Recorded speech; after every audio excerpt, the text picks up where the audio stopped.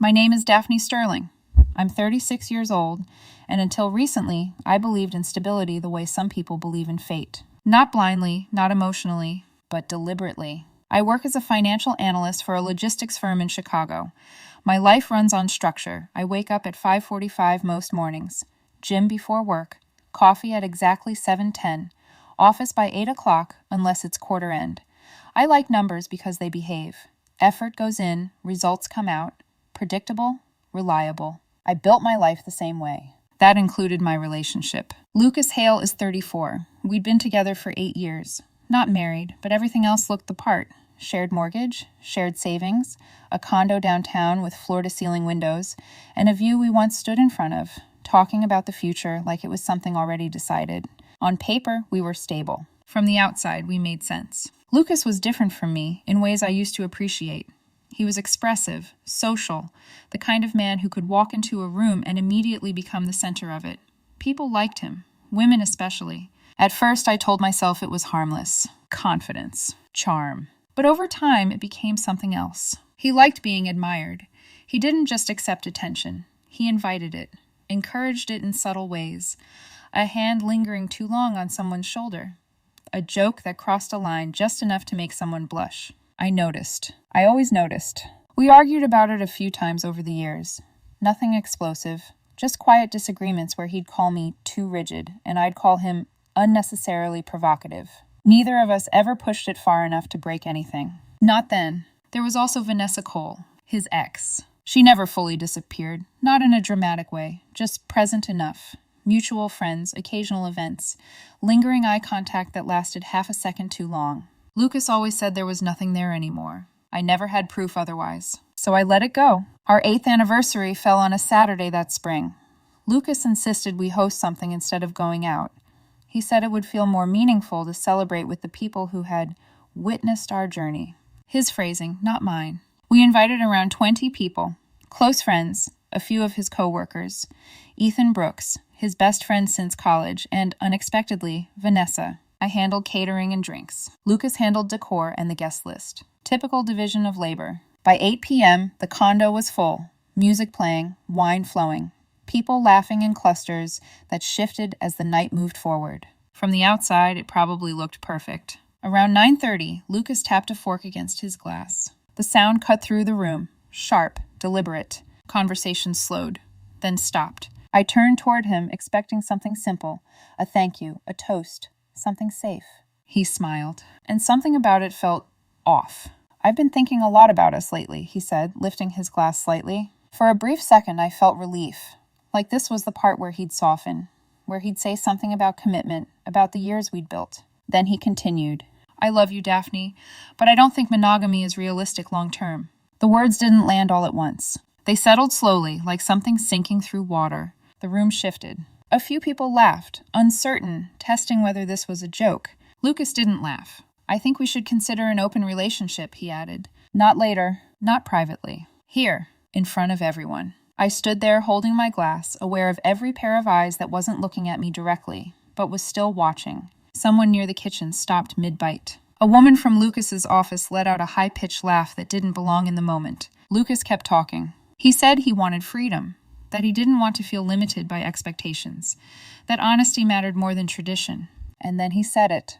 I want to explore other women. Clear, direct, like I was an obstacle he was explaining around. I didn't respond, not because I couldn't, but because I could already hear how any reaction would be used against me. If I argued, I'd be controlling. If I laughed, I'd be weak. If I walked away, I'd be dramatic. So I stayed still. I watched him, like I was watching someone I didn't know. Then he turned, slightly, to his right, toward Vanessa, not subtle, not accidental. Right, Vanessa, he said, smiling like he was inviting her into a joke. For a second, she hesitated. I saw it. That flicker of uncertainty. Then she smiled back. Ethan froze across the room. I caught it out of the corner of my eye. That immediate tension, like he understood something had just gone too far. Lucas stepped closer to Vanessa. Too close. Come on, he said softly, his voice carrying anyway. Don't act like you haven't thought about it. The room went quiet in a way that felt heavy. Waiting. Watching. Lucas glanced at me then, and smiled. Not warmly, challengingly. And before anyone could interrupt, He leaned in and kissed her. Not quick. Not joking. A real kiss. Long enough for the air to change. Long enough for someone to whisper, "What the hell?" I didn't move. I didn't speak. I watched it happen like it was happening somewhere else, like the sound had been turned off. Vanessa pulled back first. Her expression flickered, something between surprise and satisfaction. Lucas looked pleased. And in that exact moment, something inside me went completely still, because I understood. This wasn't a conversation. It was a test, and he had already decided the outcome. Nobody clapped. Nobody laughed this time. The silence that followed wasn't awkward. It was sharp, like something had been cut open in the middle of the room and no one knew how to close it. Vanessa stepped back first, her fingers brushing her lips as if she hadn't fully decided how she felt about what had just happened. Lucas didn't look embarrassed. If anything, he looked satisfied, like he'd proven something. Across the room, I saw Ethan shift uncomfortably, his posture stiff, his eyes flicking between me and Lucas like he was trying to calculate damage in real time. Lucas turned toward me again, waiting. That was the part that mattered. He wasn't just making a statement. He was watching for my reaction. I could almost see it in his expression. Say something. React. Prove you care enough to fight. Instead, I asked one question. Is this what you wanted to announce tonight? My voice came out steady, even, controlled in a way that didn't match the moment. Lucas blinked just once, like he hadn't expected that tone. Then he shrugged.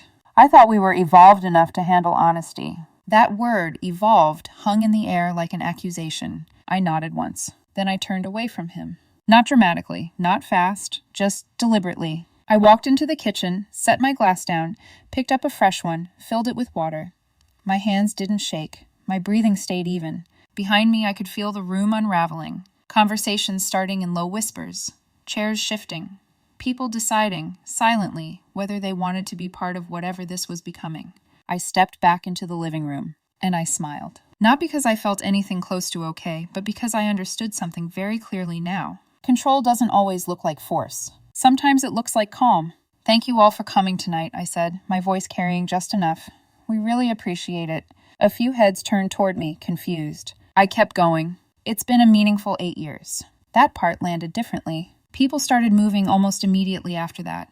Quiet goodbyes, awkward hugs, avoided eye contact. No one wanted to stay. No one wanted to be collateral damage. Ethan was one of the last to leave.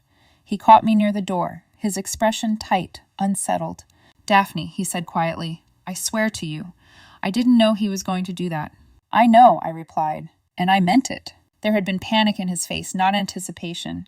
That split-second hesitation had told me everything I needed to know. He nodded, still looking uneasy, then left. The door closed behind him, and just like that, the room felt empty. Lucas exhaled sharply behind me. Oh, come on, he said, pacing now, his energy restless. You didn't have to shut the whole night down like that. I turned to face him. He looked irritated, not guilty. That was the first confirmation. You embarrassed me, he added. I let that sit between us for a second. Then I said, you made an announcement about wanting other women and kissed your ex in front of 20 people. He rolled his eyes. It was a conversation starter. No, I said calmly, it wasn't. He laughed then, short, dismissive. This is exactly what I mean, he said, gesturing toward me. You're so rigid, Daphne. Everything has to fit into your little controlled structure. I didn't interrupt. I let him talk. Monogamy isn't the only way to have a relationship, he continued. People grow, they evolve, they explore. You can't just lock something in place and expect it to stay alive forever. And kissing your ex in front of me is part of that growth? I asked. He hesitated, just slightly. Then he shrugged again. It was honest. Honest. That word again. I studied him for a moment. Really studied him. The way his jaw tightened when I didn't react the way he wanted. The way his confidence seemed to depend on pushing the moment forward instead of sitting with it. He wasn't trying to fix anything. He was trying to justify it. You could have talked to me privately, I said. And you would have said no, he shot back immediately. That answer came too fast. Too certain, which meant he already knew my boundaries. He just chose to ignore them. That's not the point, I said. It is the point, he insisted. You don't even consider anything outside your comfort zone. You shut it down before it has a chance to exist. I didn't argue, because there was nothing to argue. Instead, I said something simple. If you want other women, Lucas, you're free to have them. He blinked, caught off guard. But you won't be in a relationship with me when you do. For a second, he just stared at me. Then he laughed. Actually laughed. Daphne, he said, shaking his head. You're not going to walk away over a kiss. There it was. Certainty. He thought this was a bluff, that I would absorb it, like I had absorbed every smaller boundary push before. The flirty messages, the late-night harmless conversations, the comments about how other women found him interesting. He thought this was just the next step. What he didn't understand was that escalation works both ways. I didn't respond. I just looked at him and let the silence do what words couldn't. That night, I slept in the guest room. Not to punish him, not to create distance, but because something inside me had already shifted, and I needed space to think clearly. The next morning, I woke up before he did. 5:45. Same as always. Routine has a way of grounding you when everything else feels uncertain. I went to the kitchen, made coffee, sat down at the table, and opened my laptop. I didn't scroll. I didn't hesitate. I searched for a lawyer. By 7:10, I was on a call. His voice was calm, professional, unimpressed by the situation in a way that told me he'd heard worse. He asked basic questions. How long have you been together? 8 years. Any children? No. Shared assets? Yes, condo, joint savings, separate retirement accounts. He explained the process. Illinois is a no-fault state. Infidelity doesn't change asset division unless finances are involved. The first step would be documentation. Timeline. Witnesses, any messages related to the incident. I took notes. Not emotionally. Practically. When the call ended, I closed my laptop and sat there for a moment. Not overwhelmed. Not angry. Just clear. Lucas walked into that kitchen around 9 o'clock, like nothing had happened. He poured himself coffee, leaned against the counter, and looked at me with a half smirk. So, he said, are we going to actually talk about this like adults? I met his gaze. I already did. He frowned slightly. What does that mean? It means I spoke to a lawyer this morning. The smirk disappeared. Instantly. You did what? I spoke to a lawyer. His expression shifted, confusion, then irritation. Are you serious right now? He asked. You're calling a lawyer instead of working through this? I tilted my head slightly. You announced you wanted other women in front of a room full of people and kissed your ex, I said. What exactly are we working through? That was one moment, he snapped. You're blowing it out of proportion. No, I said quietly. You made a decision, in public. He ran a hand through his hair, pacing now. This is manipulation, he said. Calling a lawyer like that, it's a threat. The irony sat there between us, unacknowledged. I'm not threatening you, I replied. I'm preparing. He stopped pacing, looked at me, really looked this time. And for the first time since the night before, there was a crack. You're not actually going to do this, he said. Not confident anymore, just uncertain. I didn't answer, because I didn't need to. By the end of the week, I filed. He didn't believe it until he was served. Lucas got served on a Tuesday afternoon. I know because he called me almost immediately. Not upset, not shaken, angry. Are you serious right now? He demanded, his voice sharp through the phone. You actually filed? Yes, I said. There was a pause on the other end. Not long, but long enough for reality to start settling in. This is insane, Daphne, he said. You're blowing up an 8-year relationship over one moment. It wasn't a moment, I replied calmly. It was a decision. You're weaponizing it, he snapped. Normal couples talk things out. They go to therapy. They don't jump straight to this. Normal couples. I let that phrase sit for a second. Normal couples don't announce they want other partners at an anniversary party, I said. And they don't kiss their ex in front of everyone. Silence. Then quieter, more controlled, he said, I didn't think you'd react like this. That was the first honest thing he'd said. I know, I answered. He exhaled, frustrated. I thought you'd at least be open to discussing it, he added. Most secure people would. There it was again. Secure. Like this was a test I had failed. I'm not interested in being tested, I said. The paperwork's filed. I hung up before he could respond. For the next 2 weeks, Lucas leaned hard into his version of freedom. At first, it looked exactly like he imagined. More nights out. More photos. More attention. His social media filled with carefully angled shots. Dim lighting, drinks in hand, captions about living authentically and not shrinking for anyone. On the surface, it worked. People liked it, commented, validated it. But real life doesn't operate on captions. Ethan cut contact almost immediately. I heard about it through a mutual friend. Apparently, he didn't even entertain a conversation with Lucas after that night. Just distance, clean and immediate. Vanessa, too, didn't stay as involved as Lucas might have expected. The kiss had been one thing. But once the situation became real, legal, emotional, public, she stepped back. Not dramatically. Just enough to make it clear she wasn't interested in being part of the fallout. Lucas tried to frame it differently. She's just avoiding drama, he told someone at a gathering I didn't attend, but I knew what it was. She didn't want consequences, and neither did he. Except consequences don't ask for permission. They arrive anyway. The shift wasn't immediate. It came gradually, quietly, like pressure building in a place no one's looking. Lucas started dating. At first, it was easy. New people didn't know the full story. They saw confidence, charisma, a man in the middle of reinventing himself. That version is appealing, for a moment. But then questions come, and answers matter. Are you fully separated? Not yet. How long were you together? 8 years. Why did it end? That one never has a clean answer. And the more complicated it sounded, the less interested people became. I heard pieces of it through overlapping circles. Not gossip, just information that travels when people share social space. One woman he went out with twice stopped responding after she realized the divorce wasn't finalized. Another lost interest when she understood he wasn't just casually dating. He was still entangled in something unresolved. Enthusiasm faded. Gradually, predictably. One evening, about 3 weeks after filing, he came home later than usual. We were still living in the condo at that point. Separate rooms, minimal interaction, logistics only. He dropped his keys on the counter harder than necessary. I was at the dining table reviewing documents from my attorney. He exhaled sharply. Dating is exhausting, he muttered. I didn't look up. I didn't think it would feel this, he paused, searching for the word. Transactional. That made me glance at him. Just briefly, because the word mattered. Transactional. That's exactly what our relationship had felt like that night. Like something he wanted to renegotiate in public. What did you expect? I asked calmly. He leaned against the counter, rubbing the back of his neck. I thought it would feel freeing, he admitted. Like I'd feel more wanted, more independent.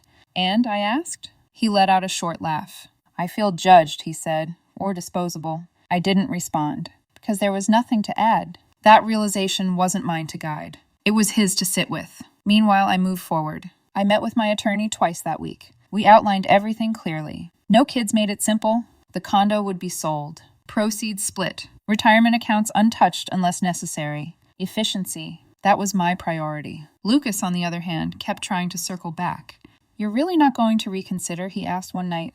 No. Not even counseling? No. He studied me like he was trying to find something he recognized. Is there someone else? He asked. No. That wasn't the point. And he knew it. But he needed something external to blame. Because the alternative was facing the fact that he had caused something irreversible. Around that time, I heard more about Ethan. He and his girlfriend were still together, but barely. The kiss hadn't just been a moment for us. It had rippled outward. Apparently, she kept asking him the same question. Have you ever thought about Vanessa like that before? He hadn't. But doubt doesn't disappear just because you answer it. It lingers. Quiet. Persistent. Lucas tried to reach out to Ethan once. I found out later. He sent a message saying he hoped there were no hard feelings, that he was just being honest that night. Ethan blocked him. No reply. No closure. Just distance. The social circle we'd built over years started thinning. Not dramatically. No confrontations. No sides being loudly chosen. Just fewer invitations. Fewer messages. People adjusting quietly. Because instability makes people uncomfortable. And no one wants to be too close to it. One evening, about a month after filing, Lucas came home earlier than usual.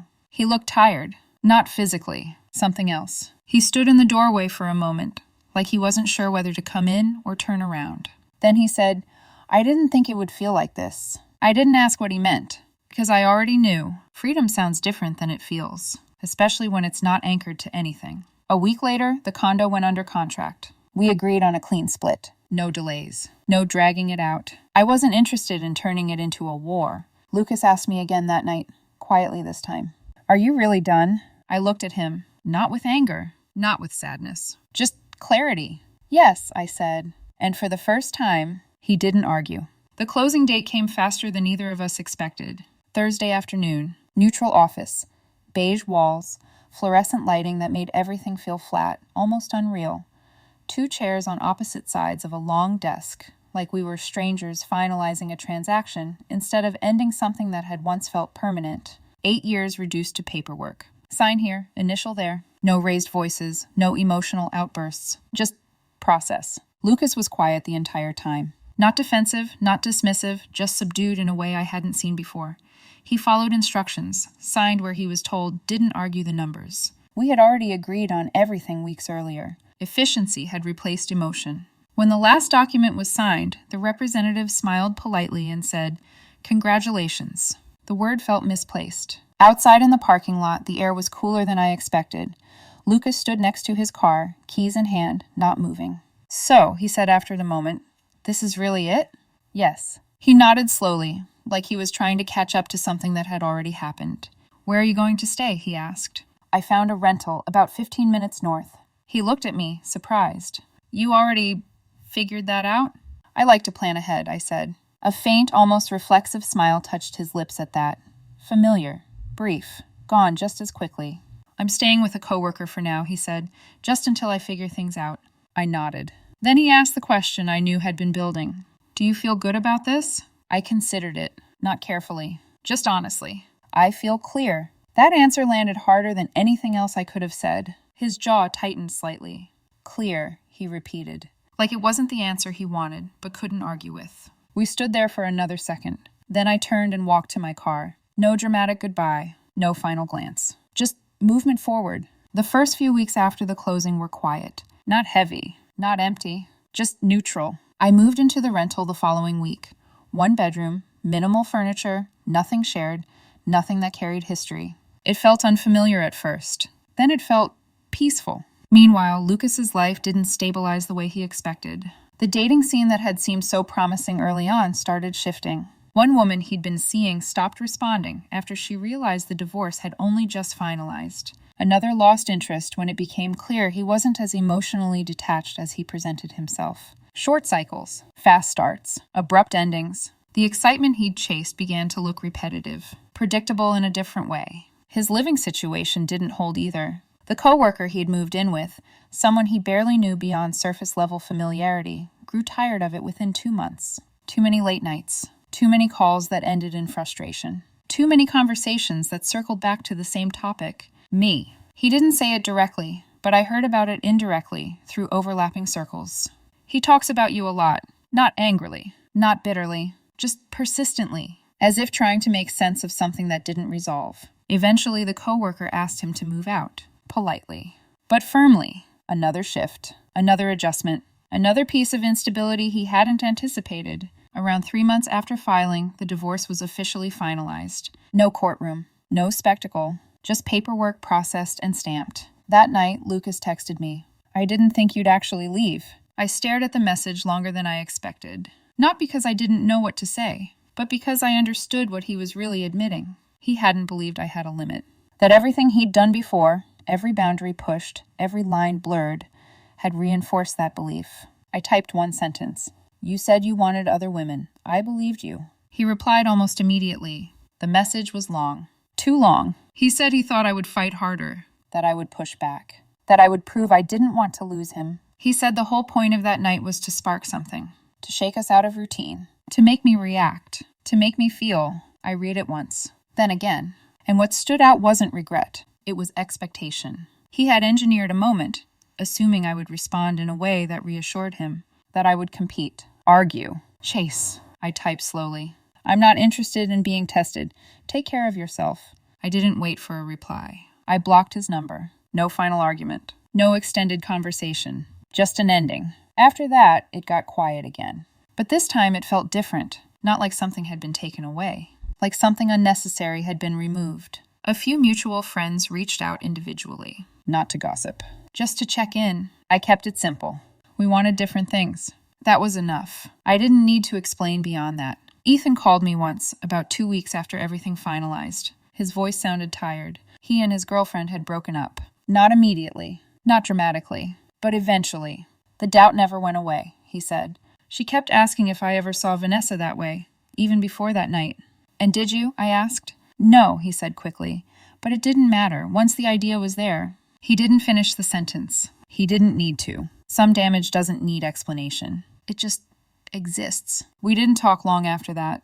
There wasn't anything to fix. Meanwhile, I heard updates about Lucas the way you hear about distant weather, occasionally, without investment. He moved into a short-term apartment across the city. Kept dating. Kept searching. But the pattern stayed the same. Short-lived connections. No foundation. No continuity. One evening, about 4 months after everything ended, I attended a small networking event. Nothing major, just a room of people exchanging names and opportunities. Near the end, one of Lucas's former coworkers approached me. We exchanged small talk. Then, casually, he said, "He talks about you sometimes." I didn't react. "How?" I asked. He shrugged. "Says you were too structured, too predictable, that he needed more passion."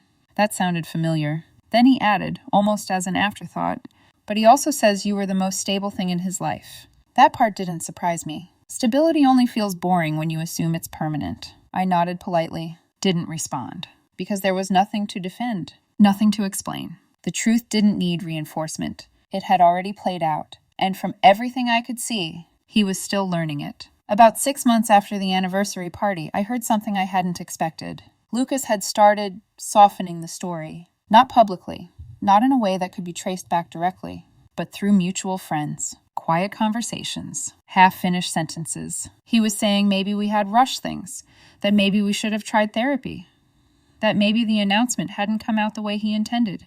The interesting part wasn't what he said. It was who he said it to. People who had been in that room. People who had heard every word, seen every second. Some things don't get rewritten. They get remembered. By then, my life had settled into something steady again. Not the same as before. Simpler. Cleaner. The rental eventually turned into something more permanent. A smaller condo, fully in my name. No shared decisions.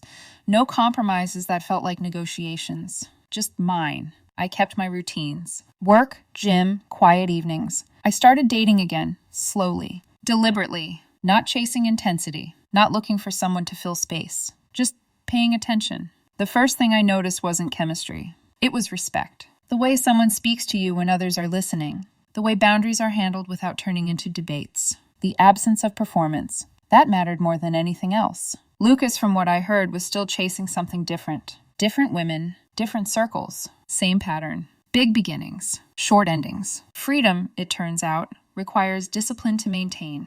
And he had never really been interested in discipline. Around 8 months after everything ended, I saw him again. By accident. A friend's birthday dinner. Smaller group, different crowd, not the circle we used to share. I had been careful about that. He walked in halfway through the evening. For a second, he didn't see me. Then he did, and froze. Not dramatically, just paused. Like his body needed a moment to catch up to what his eyes were telling him. I nodded once. Acknowledgement. Nothing more. He approached the table after a few minutes. Said hello to everyone. When he got to me, he hesitated.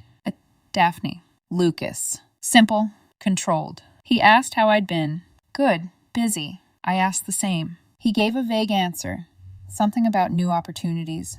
New direction. It didn't land, because it didn't need to. The conversation stayed surface level. Safe. At one point, someone at the table, trying to ease the tension, made a light comment about how bold it was to make big life changes so publicly. Lucas laughed. But it didn't carry. Sometimes you have to take risks to find yourself, he said. I didn't challenge it.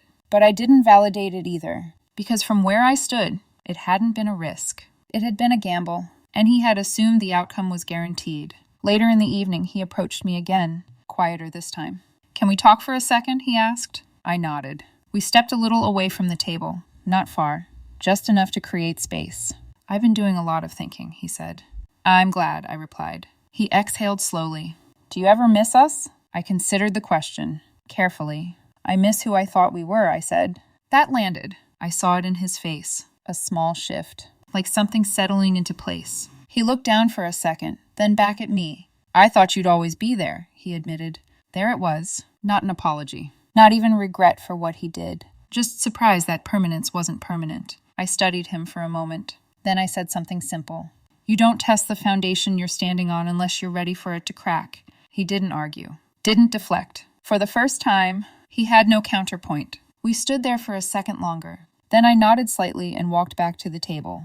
We didn't speak again that night. And that was the last real conversation we ever had. It's been just over a year now. The anniversary party feels distant. Not forgotten. Just irrelevant. It doesn't define my days. It doesn't shape my decisions. It's just something that happened. I moved forward. Built something quieter. More intentional. I still value stability. But now I understand something I didn't before. Stability isn't something you assume. It's something you protect. Carefully. Deliberately. Lucas, from what I hear, is still searching. Still chasing intensity. Still confusing attention with connection. Different names, same outcome. Short cycles, no anchor. What he wanted that night wasn't an open relationship.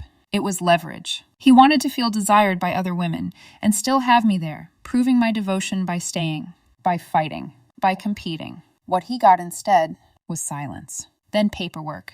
People sometimes ask me if I regret not arguing more, not pushing harder, not trying to save it. I don't, because that night wasn't a misunderstanding. It was clarity, delivered in public. When someone tells you they want other people, believe them. Don't debate it. Don't negotiate it. Just listen and act accordingly. The most interesting part is this. He thought opening the relationship would expand his options. What it actually did was narrow them. He lost stability. He fractured trust. He revealed how he handled attention when there were no consequences. And I learned something simple. If someone needs to test your loyalty by humiliating you, they don't value it. I didn't yell. I didn't compete. I didn't beg. I left. That was my version of freedom.